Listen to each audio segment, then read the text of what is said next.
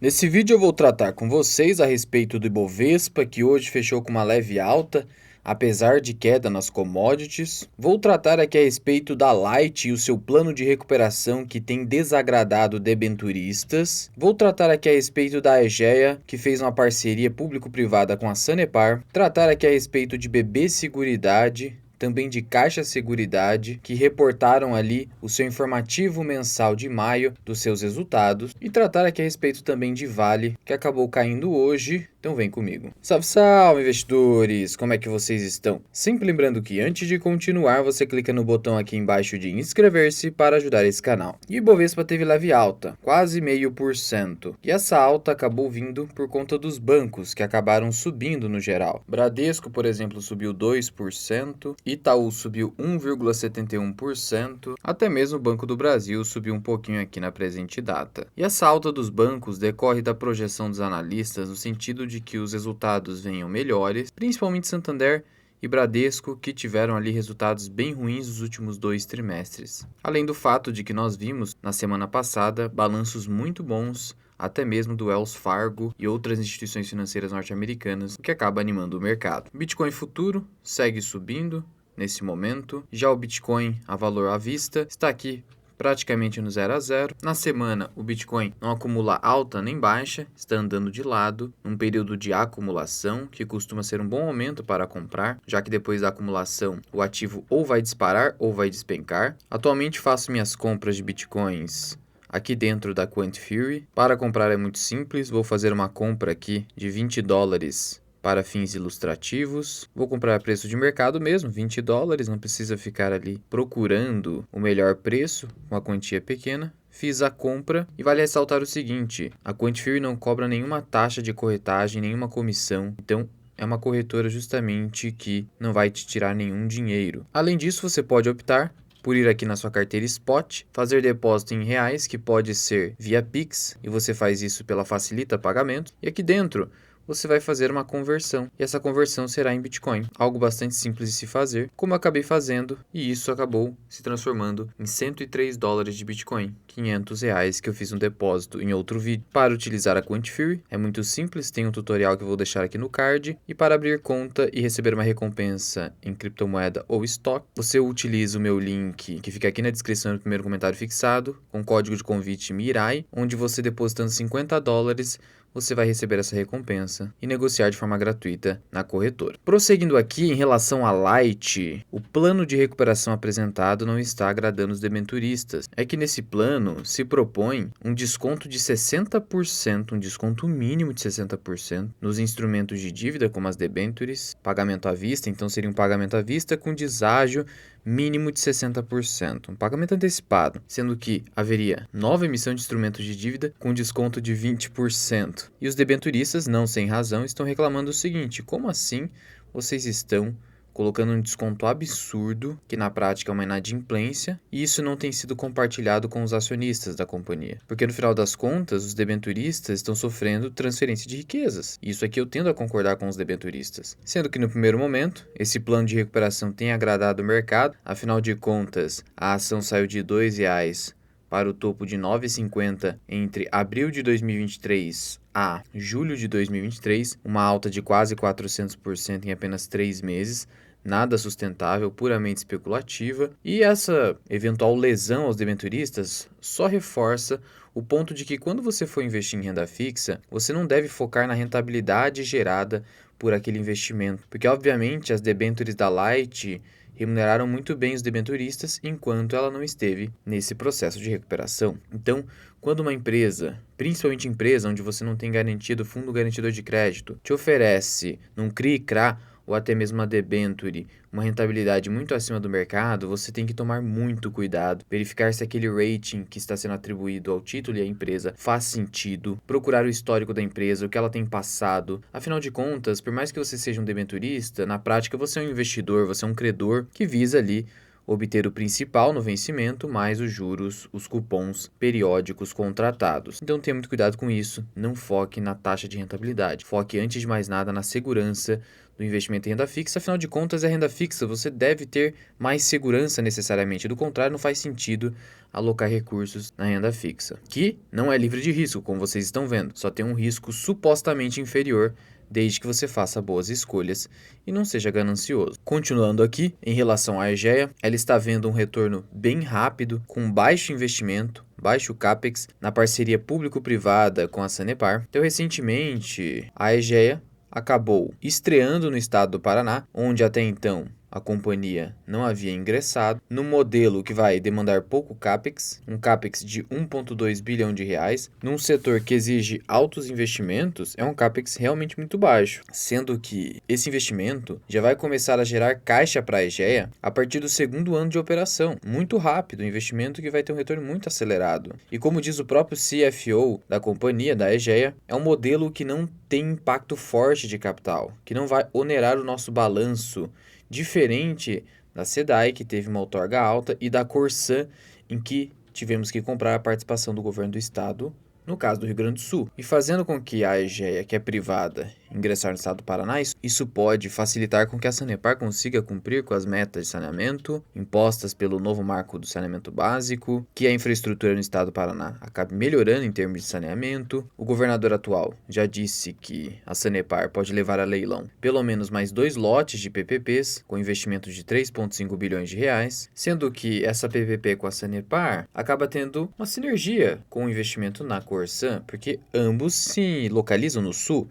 Rio Grande do Sul e Paraná vão utilizar, portanto, a mesma estrutura administrativa, reduzindo custos, dando maior retorno para a Egea, sendo que o compromisso da Egea é atingir a universalização do sistema de esgoto nas cidades abrangidas até 2033. Nessa PPP, há, por exemplo, municípios grandes, como Campo Largo, com 100 mil habitantes, e outros municípios menores. O deságio, diferentemente do que a gente tem visto no setor de transmissão de energia elétrica, foi de apenas 30%. Então ainda é um investimento que pode trazer um bom retorno. No caso aqui da Egea, que ainda é muito novo. Só que tem um detalhe, hoje a alavancagem da empresa está em 3,25 vezes EBITDA, não dá mais para ficar se alavancando, os juros precisam cair no país, justamente para que essas empresas continuem investindo mais, até para melhorar a infraestrutura aqui do país. E aí uma empresa que poderá se beneficiar desse investimento é claramente a Itaúsa, que negocia na Bolsa de Valores, já que a Itaúsa detém aqui uma participação de 13% na Egea. Isso pode se refletir em maiores lucros para a Itaúsa e maiores dividendos também para os seus acionistas, sendo que essa parceria também é vantajosa para a Sanepar, que ainda segue barata, abaixo do meu preço teto de R$ 4,50. Tudo isso vai acelerar as metas do novo marco de saneamento, e o interessante é que a Egea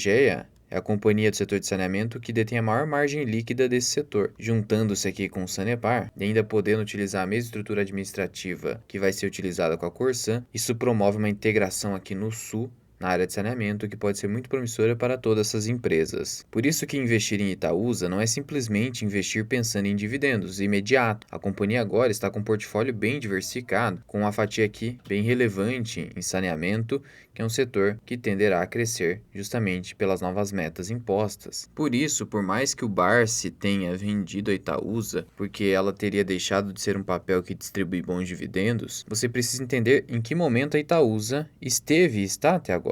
Ciclo de crescimento, inclusive das empresas nas quais ela investe. Esses dividendos retornarão em algum momento. Seu CEO projeta 2025. Sem falar que você simplesmente se basear nos investimentos do Barsi pode não ser muito inteligente, porque ele está num momento da vida dele que os dividendos são a parte mais importante. Ele já tem um patrimônio muito grande. Já a Itaúsa está fazendo esses investimentos para crescer o patrimônio da holding, para que ela no futuro tenha dividendos superiores. Do contrário, os dividendos poderão ficar estagnados, e isso é muito ruim, porque, se for assim, se os dividendos ficarem estagnados, a inflação vai corroer o poder de compra dos dividendos, e aí você, acionista, em determinado momento que está usufruindo dos dividendos, começará a ver o seu poder de compra cada vez menor, e a insatisfação dos dividendos vai tomar conta de si, e aí sim você vai acabar vendendo Itaúsa. Então, tenha essa cautela, faça essa análise de acordo com a sua carteira, seu momento atual e seus objetivos de investimento. Ademais, o Barsi também revelou ter vendido mais uma empresa, a Ultrapar. Ele disse que não tem mais, tem Vibra, Raizen e Cosan, que o grupo Ultra ele teve por acidente. Segundo ele, eu tinha ações da Ipiranga Distribuidora,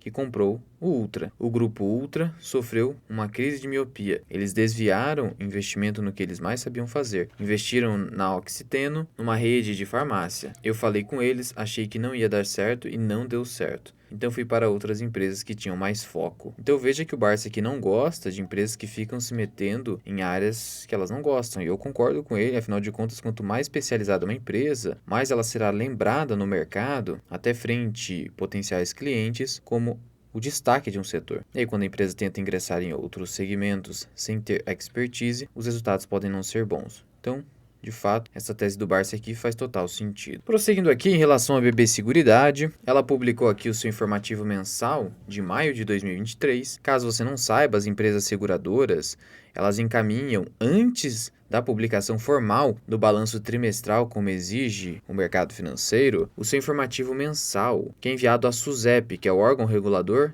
aqui no país, das seguradoras. E segundo os dados de maio, os prêmios emitidos em seguro de vida recuaram 2,3%. Isso para o mês de maio, certo? Então, em termos de seguro de vida, houve um recuo, houve um decréscimo. Mas a variação que você tem aqui no acumulado do semestre é um crescimento de 2,4%. Então, não olhe apenas para um mês, você tem que olhar para o conjunto. Agora, o crescimento em prestamista continua 10,4%, com 52% no acumulado. E já o forte aqui da BB Seguridade, que é o segmento rural, cresceu 14% no mês. Já habitacional e residencial não tem tanto impacto no resultado da companhia, ainda assim reportou crescimento. Agora rural, um crescimento de 14,7%, sendo que no mercado o crescimento foi de 12%. Isso só denota que a BB Seguridade tem um diferencial competitivo no segmento rural. Dessa forma, exceto por seguro de vida, mesmo assim houve crescimento no acumulado, o resultado do segundo trimestre deve vir positivo, além do que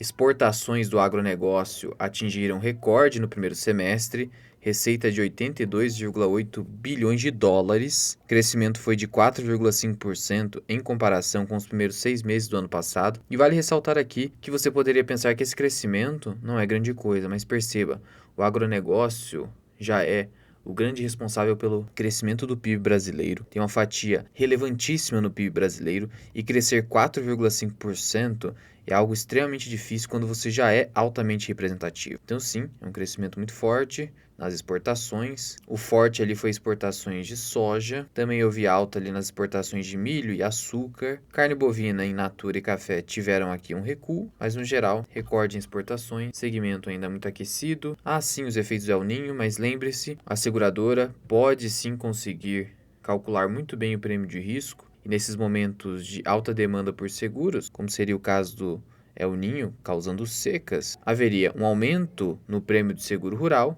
E se a empresa conseguir precificar adequadamente, ela mesmo aumentando a sinistralidade, que esse seria um problema, ela vai conseguir manter a sua lucratividade ou até lucrar ainda mais por conta do aumento de receita. E os resultados provavelmente bons, como nós vemos a partir de um comparativo dos informativos mensais, justificam esse dividendo de 3,2 bilhões de reais. Para o primeiro semestre de 2023, a companhia paga semestralmente os dividendos. Ela ainda não informou data de pagamento, ela vai fazer essa informação após dia 7 de agosto, quando ela vai publicar os seus resultados. 3,2 bilhões vai dar ali para você, em termos de dividendo por ação, o seguinte valor. Basta que você faça o seguinte, é dividendo por ação.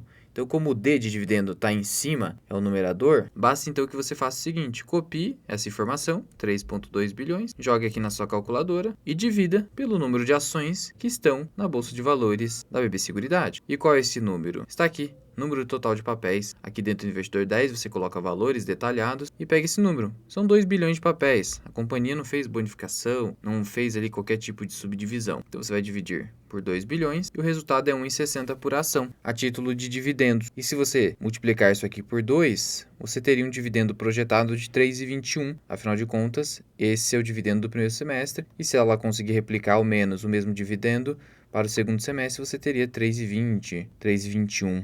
por ação. Comprando a 30,50 mais ou menos BB Seguridade hoje, você teria um dividend yield de 10,5%. Portanto, eu vejo hoje a companhia como muito barata. E esse é um dos motivos que comecei a aportar na companhia. Primeiro, porque Banco do Brasil superou meu preço teto de R$ 45.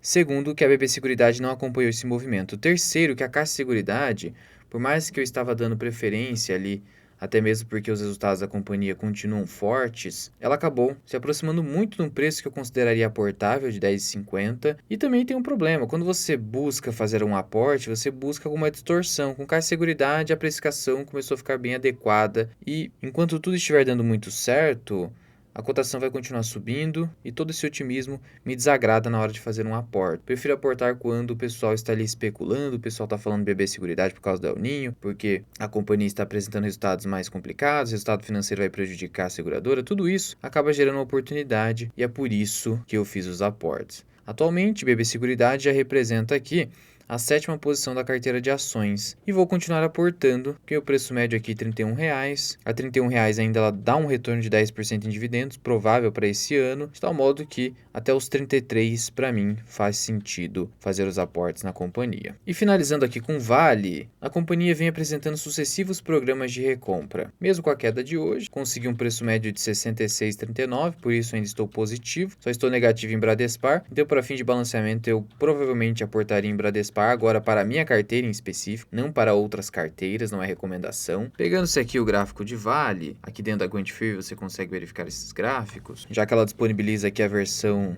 do TradingView de forma gratuita, só que a versão paga, você percebe que nada mudou ainda aqui dentro do gráfico da empresa. Veja que ela está num claro fundo em termos de cotação. O minério de ferro também se encontra abaixo da sua média histórica, como eu venho mostrando para vocês. A empresa é uma das poucas mineradoras que vai reportar um resultado satisfatório com crescimento de EBITDA, como eu também trouxe para vocês. Ela não seguiu pelo rally do Ibovespa, começou a ter agora aporte de capital estrangeiro, de tal modo que para mim foi uma grande oportunidade de compra. Lembrando que a Vale, apesar de ser uma empresa de commodity, entregou um retorno aqui histórico de quase 300% nos últimos 10 anos, muito acima do que entregou o Ibovespa, que foi de 150. Então, mesmo sendo uma empresa de commodity mais cíclica e uma blue chip, conseguiu entregar um retorno superior ao mercado. Então, imaginando que você tenha simplesmente investido só em Vale nos últimos 10 anos, você teria superado o mercado só investindo em Vale. Claro, com uma altíssima volatilidade, que é característico dessas ações, e também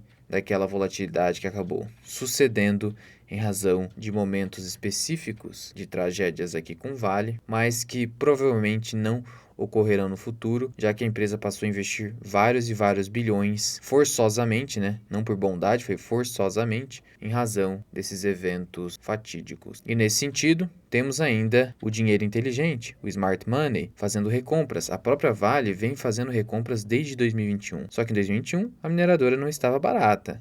Ela estava lá no topo do minério de ferro, a $200 a tonelada, então ela estava custando R$120. E naquela época o pessoal ficava recomendando compra, não era o momento. Só que desde 2021, a Vale já recomprou quase 500 milhões de ações. Vale lembrar que a Cosan comprou uma participação relevante na Vale, nessa região de preços de R$68, R$69, R$70. Então isso também reforça que o valuation de Vale está descontado. Devemos lembrar também que a maior posição do Luiz Alves é Vale e a maior posição do Lírio Parisotto também é Vale, sendo que agora a Vale tem outro programa de recompra para adquirir mais 500 milhões de ações em andamento e já atingiu 22% desse total e continua recomprando. E o que quer fazer a Vale? Ela quer recomprar para cancelar. Essa é a grande intenção da Vale, ou seja, uma remuneração direta ao acionista. Seu lucro por ação e seu dividendo por ação fica superior a você que está posicionado na empresa. Mas vale ressaltar o seguinte, essa é uma questão muito importante também. Será que a recompra segura a queda nos preços? A verdade é que não. A Vale é uma empresa muito líquida, portanto, mesmo que ela fique realizando recompras, ela não vai conseguir segurar o preço e remunerar imediatamente o acionista.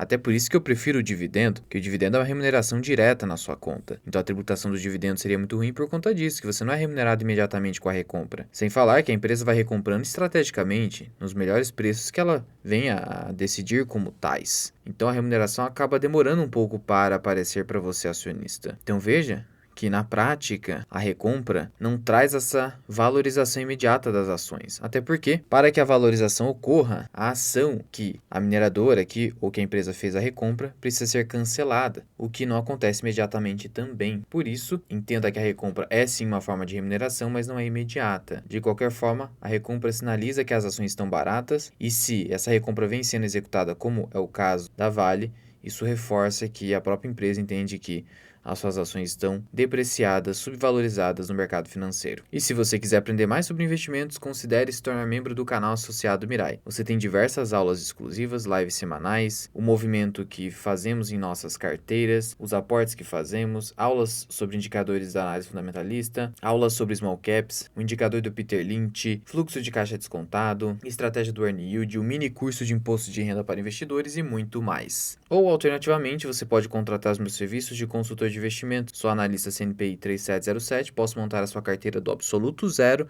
ou analisar o seu portfólio já existente por escrito ou via consulta individual comigo por Google Meet, como você preferir. Para me contatar, basta enviar uma mensagem via WhatsApp Business, que fica na descrição dos meus vídeos e no primeiro comentário fixado, ou se você quiser, via Instagram, que deixo na descrição e aqui na capa do canal. Mas já vai deixando aqui nos comentários. Hoje você tem aportado em BB Seguridade ou Caixa Seguridade? Reforço a vocês que acabei hoje optando por BB Seguridade em razão de valuation, por enxergar um melhor preço e menos otimismo em BB Seguridade. Muito obrigado por ter ficado comigo até aqui. Eu sou o Luan, esse que é o canal Mirai Investing. Até o próximo vídeo. Fui!